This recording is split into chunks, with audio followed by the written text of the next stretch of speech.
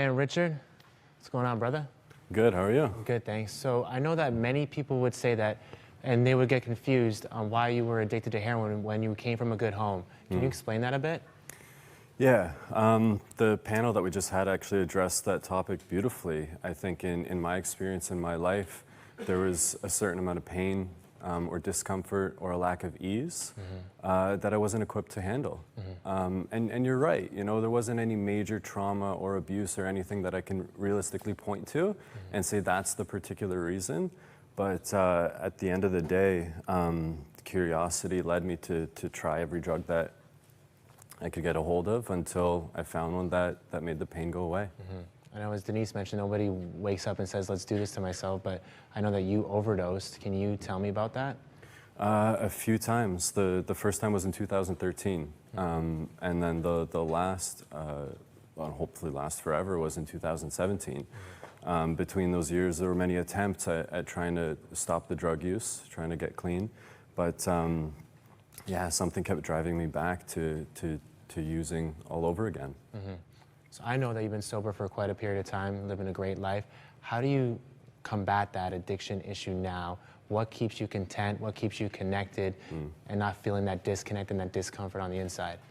So it was the most recent overdose. It was July of 2017 that finally pushed me to a point where I recognized that I wasn't going to be able to do this on my own.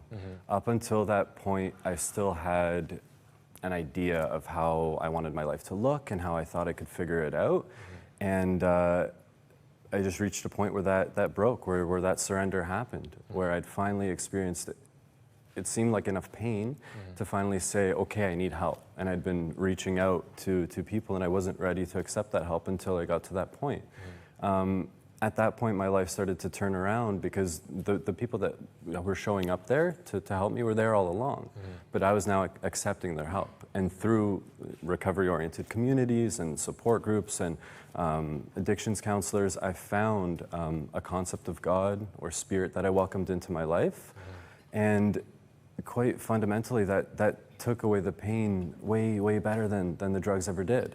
The delusion, I suppose, that I needed the drugs was gone after I did a few simple things and connected to people.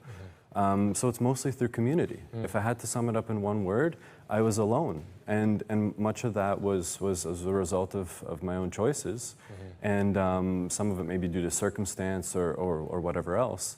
But now it's community. It's people that just want to help each other, support each other, really love each other. That, you know, keeps me connected and keeps me happy and healthy. So I know you're about to go on a trip with Barcelona with your whole family. I know a couple of years ago, time's got to go. But I know a couple of years ago, because of the overdose, you weren't able to go. But now you're going. Like, what does that mean for you?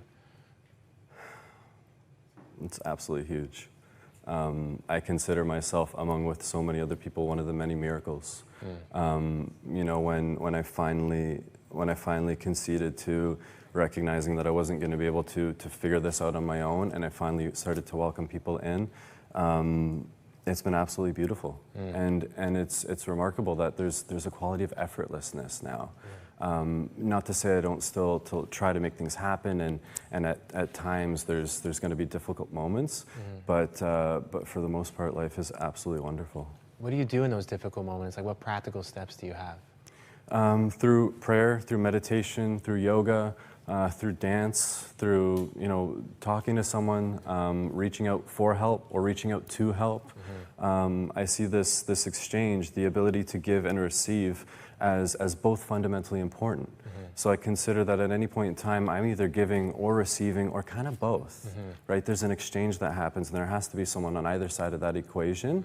And I think that's one of the most beautiful ways that I experience God is in connecting with someone, in helping someone or being helped by someone, because that's how we learn about each other. And that's how I learn about myself, is through the eyes of someone else. Yeah.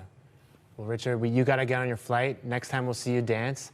We're going to go right to our Painkillers documentary. Thanks for being here, Richard. Thanks a lot, man. Nobody said to us, your son may be addicted or dealing with